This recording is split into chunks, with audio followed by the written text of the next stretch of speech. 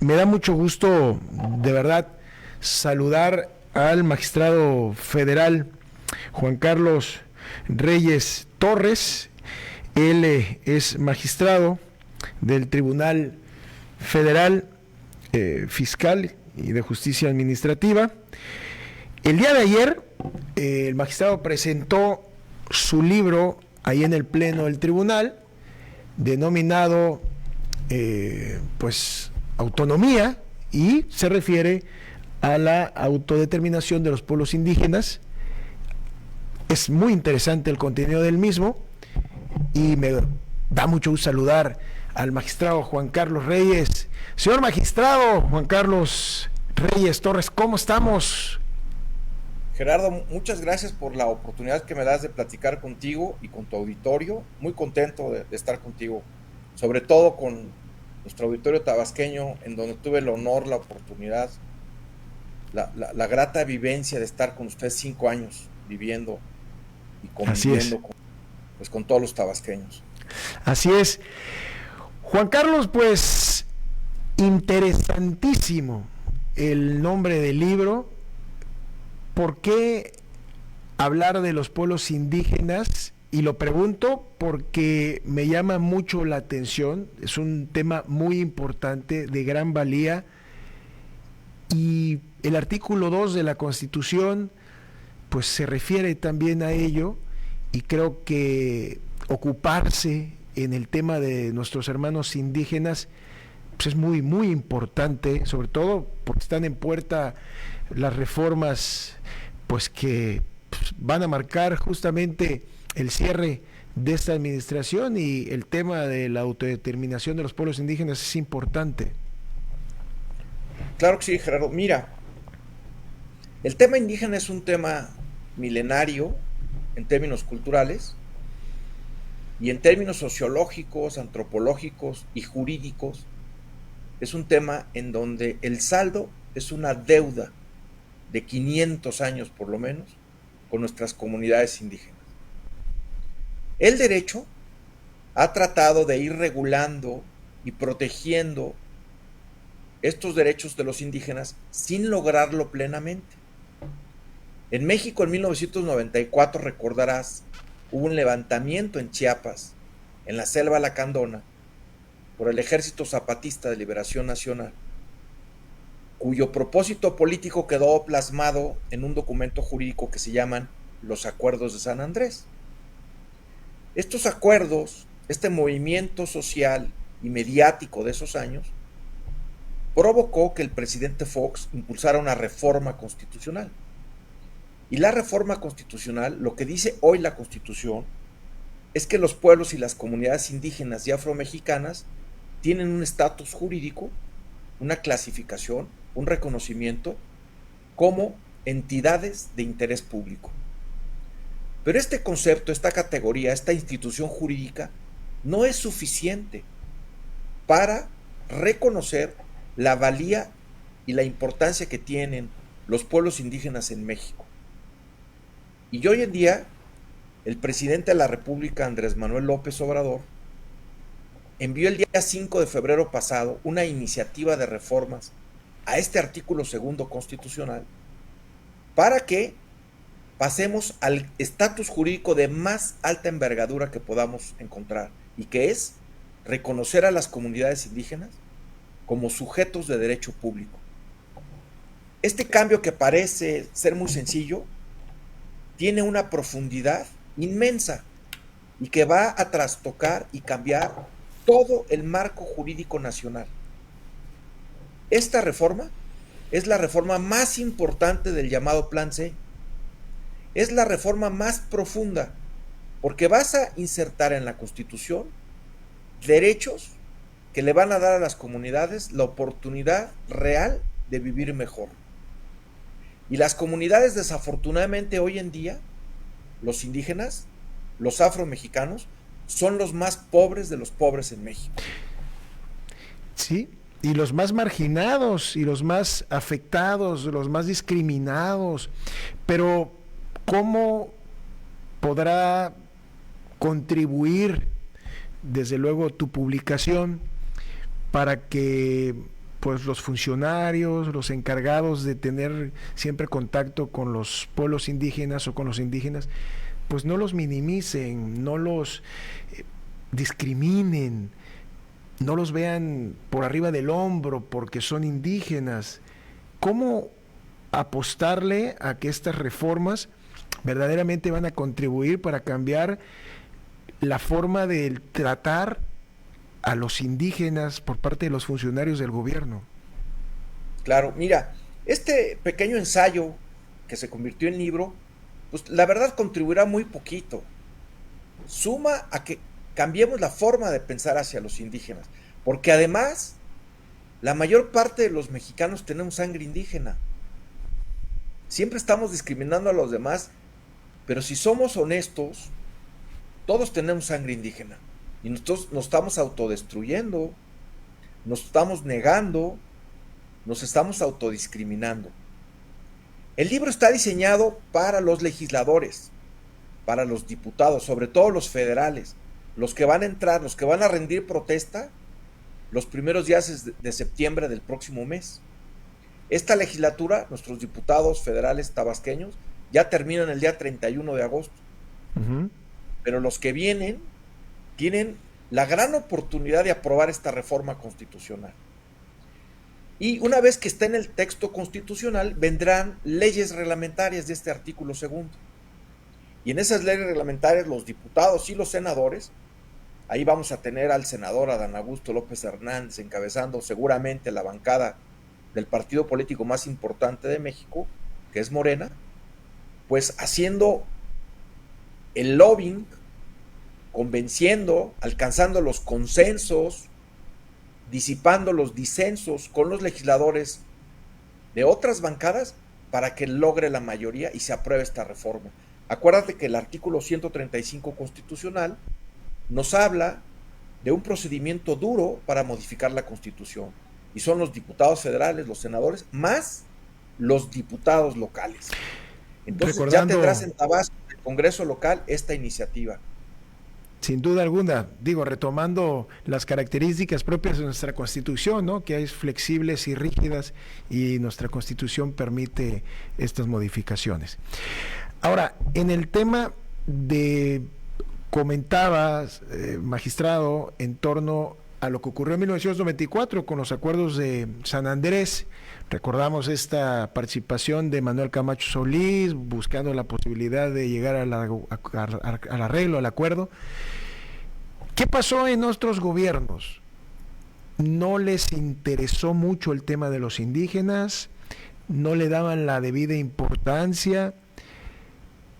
¿Por qué no lo hicieron en otros sexenios? ¿Por qué no contribuyeron en esto en el sentido que comentas, de que es la reforma más importante que se haya dado en materia de pueblos indígenas? ¿Por qué hasta hoy? Sí, mira, digamos que en la teoría constitucional lo más avanzado que encontramos son los derechos humanos. Y los derechos humanos tienen generaciones. La primera generación de derechos humanos es el reconocimiento a las garantías individuales. La segunda generación de derechos humanos es el reconocimiento a los derechos sociales. Los mexicanos lo hicimos en 1917 y nos convertimos en un país de vanguardia en el mundo en reconocer estos derechos. ¿Te parece si nos detenemos aquí, que nos convertimos en un país de vanguardia, y continuamos después de la pausa? Claro que sí. Platicamos con el magistrado federal Juan Carlos Reyes Torres. Regresamos. Ya estamos de vuelta. Platicamos con el magistrado federal Juan Carlos Reyes Torres. Él es magistrado federal del Tribunal de Justicia Fiscal y Administrativa. El día de ayer publicó un libro, pues, que tiene como propósito contribuir para que los próximos legisladores puedan legislar de una mejor manera en favor de los indígenas. Y nos quedamos en el tema de que somos un país de vanguardia en estas, pues, reformas en materia indígena. Así es, Gerardo. Lo fuimos en 1917 y ahora con la iniciativa que presenta el presidente López Obrador lo vamos a seguir siendo. estoy convencido de que la mayoría de los legisladores de todos los partidos van a aprobar esta reforma. Y esta reforma nos va a cambiar la estructura administrativa del Estado mexicano, porque habrán de surgir procedimientos obligatorios para todas las autoridades. Entonces, si una autoridad federal y el sector privado quieren hacer una carretera que va a pasar por la mitad de una comunidad indígena, se van a tener que sentar a platicar cómo, cuándo y dónde se va a hacer esa carretera. Obviamente, hay en nuestro marco constitucional una serie de derechos que tiene también el Estado para cuando hay un sentido social o un beneficio colectivo, poder empujar a hacer obras públicas. Y lo mismo el sector privado. Ahora, en el tema de justicia, porque finalmente lo que se aborda en este libro es justicia plena a los indígenas y mejores entendimientos sociales para comprender la causa indígena, la problemática que viven. Se me ocurre el tema de la reforma judicial. Todavía falta mucho para ver cuáles son los requisitos que se necesitan para sentar las bases de la nueva reforma judicial. Pero, ¿qué pasaría si llega, como lo están manejando ahorita, una persona que aspiró a ser juez, magistrado, tiene la aprobación popular, pero el detalle es que no tolera a los indígenas y de él depende emitir una resolución o una sentencia, y si no le caen bien los indígenas, ¿qué papel tienen los indígenas con esta propuesta de reforma judicial? Claro, con la reforma que hizo el presidente Fox tienen muy pocas oportunidades de salir adelante, pero con la reforma que ha enviado al Congreso el presidente López Obrador, tienen todas las oportunidades de defensa, porque dejan de ser alguien en que el Estado solamente los nomina en la Constitución, a grupos que se les reconoce y se les otorgan una serie de derechos. Tendrían derecho a traductor en su lengua. Los niños tendrían derecho a educación bilingüe en sus comunidades. Los indígenas tendrían derecho a atención médica plena y además que los médicos conozcan la medicina tradicional y que la medicina tradicional seguramente sea una materia en las universidades y en los hospitales y se les explique los procedimientos clínicos que se van a aplicar. ¿No hay avances Nos hasta van a el día de pasar. hoy? ¿Los otros gobiernos no contribuyeron nada en materia indígena? No, sí, el presidente Salinas envió 2 iniciativas de ley de reformas constitucionales, se lograron, pero eran tenues. El movimiento zapatista creció mucho, llegó a la Ciudad de México, presionó a la sociedad civil apoyó al movimiento zapatista y la reforma constitucional fue obligatoria, pero nos quedamos a la mitad. Digamos que es una redacción un poquito demagógica que utiliza los mismos términos sin lograr los derechos plenos. Y esta iniciativa que presenta el presidente, que hay que leerla, que es una iniciativa muy bien hecha, porque se va al fondo del problema y les reconoce parte esencial de la mexicanidad. Y entonces es una reforma increíble, es una reforma muy bien pensada. Por eso yo digo que me imagino que los legisladores todos van a aprobarla. Y entonces, digamos que una vez que las legislaturas de los estados en mayoría, yo estoy seguro que Tabasco va a ser una de las legislaturas que rápidamente se van a sumar a esta reforma, ya con el nuevo gobernador y con el nuevo líder del Congreso, y pondrán ejemplo al resto del país de que hay que defender a los indígenas y a los afromexicanos. ¿Qué le falta a los indígenas de conformidad con la publicación por obtener?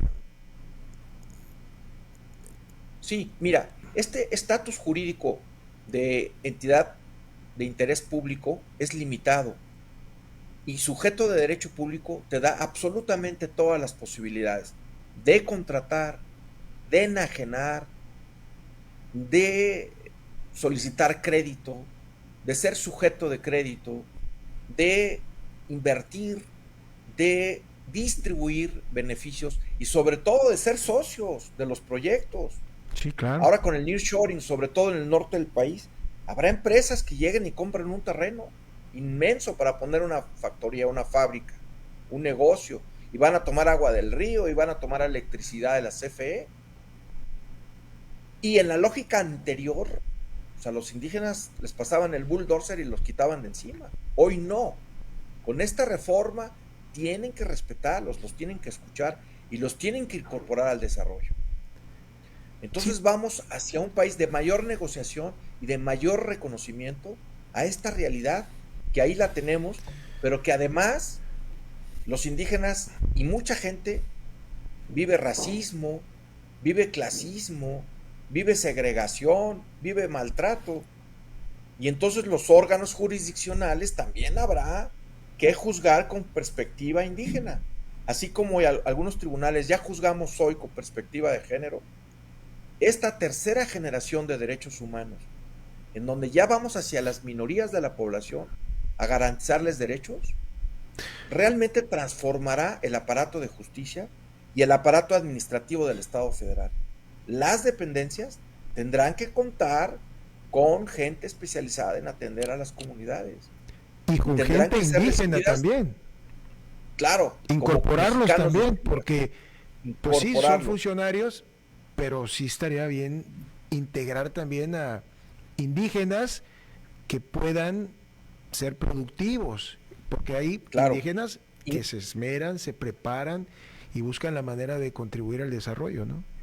incluso tendrá que haber legisladores indígenas, no por concesión de los partidos políticos, No, por sino por derecho, obligación constitucional, claro. por derecho. No sé si te ha pasado que en Estados Unidos tú vas a la zona fronteriza y vas a un casino y estás en Nevada, por ejemplo, en una zona indígena, y llegan indígenas y no les cobran la entrada, y entran, porque eran los dueños de la tierra. Esos Aquí derechos que son los tienen dueños de la tierra, adquiridos pero no les reconocemos absolutamente nada. son los derechos adquiridos. Correcto, correcto. Ahora, la justicia en México hoy en día discrimina a los indígenas, los no los toma en cuenta como los debería de tomar, no les reconoce sus derechos como deberían de ser. ¿Cómo ve el magistrado la actuación de la justicia en favor de nuestros hermanos indígenas? Claro, mira, permíteme dividir la justicia en México en dos grandes bloques para poder responder a tu pregunta. La justicia federal, por un lado, y la justicia local, por otro. Yo creo que hay una tendencia a recibirlos, a atenderlos, pero es más por una concesión individual de cada magistrado, de cada juez, que por una disposición normativa y por una instrucción de política pública. Yo sí creo que hay juzgadores que con mucho gusto los reciben, los atienden y les explican el sentido de sus fallos, pero también habrá compañeros nuestros que no les gusta que entren a sus oficinas y que merezcan una explicación de sus resoluciones. Hacemos una pausa aquí. Terminamos de platicar con el magistrado federal Juan Carlos Reyes Torres después de la pausa. 2 de la tarde con 34 minutos, seguimos platicando con el magistrado federal Juan Carlos Reyes Torres, es magistrado federal del Tribunal de Justicia Fiscal y Administrativa. Hablábamos de que hay funcionarios, una vez que, bueno, es importante señalar que el magistrado el día de ayer presentó su libro Autonomía de los Pueblos Indígenas y se quedó comentando que hay funcionarios o hay gente que cuando tiene algún indígena en sus oficinas, pues siente, pues no le gusta mucho, ¿no? En eso estábamos. A partir de la aprobación de esta reforma habrá obligación de atenderlos, sin Claro. ningún tipo de rechazo. No se va a poder, es un derecho. ¿Cuáles son las Y sanciones? bueno, yo creo que ustedes como tabasqueños deben estar muy orgullosos del presidente López Obrador porque es un presidente transformador real. Ya verás esta reforma aprobada y yo lo coloco desde hoy en un lugar en la historia del tamaño de Lázaro Cárdenas. Del tamaño de Lázaro Cárdenas. A mucha gente le cuesta trabajo reconocer, pero el trabajo político, jurídico, constitucional que él deja, que él lega, que él hace, es impresionante, Gerardo, lo que te estoy diciendo. Verás la cantidad de derechos y de oportunidades para mejorar la vida de la gente y un desarrollo pleno e integral para mucha gente, sobre todo la más pobre, que son los indígenas. ¿Qué otra tarea pendiente tienen los legisladores con respecto a los pueblos indígenas? Finalmente sí, será una gran reforma, pero tiene que ir de la mano también de el comportamiento, de la sensibilidad, porque podrá ser una reforma muy importante, que lo es, o lo va a ser, pero ¿qué hay con los funcionarios? Estamos viendo ejemplos de que a veces pierden los estribos cuando son funcionarios o pierden la noción. Estamos viendo que no tiene nada que ver con los indígenas, pero la probidad, el comportamiento que debe existir en un funcionario como un diplomático. Acabamos de ver el caso de Shanghái. ¿Qué va a pasar si ante un sujeto de esta naturaleza tiene que lidiar con un indígena? Pues mira, seguramente a nivel federal y a nivel local las procuradurías sociales serán fortalecidas, las denuncias ante las fiscalías generales de los estados y de la General de la República habrán de ser recibidas y obviamente habrá que investigar este tipo de violaciones que no debemos de permitir. Para ser servidor público uno tiene que tener vocación, tiene que tener mística, tiene que tener doctrina, tiene que tener convicciones, tiene que tener ideales. Y si no se tienen o no les gusta, el servicio público no es para este tipo de gente. Y los que estén ahí, en esos cargos, pues lo tienen que pensar porque la gente tiene derecho y uno tiene que tener una paciencia infinita para atenderlos y para tratarlos, no como concesión, no como un favor, sino porque es una obligación al servidor público en virtud de que son derechos y ahora serán derechos constitucionales. Magistrado Juan Carlos Reyes Torres, ¿dónde se puede adquirir el libro Autonomía de los Pueblos Indígenas?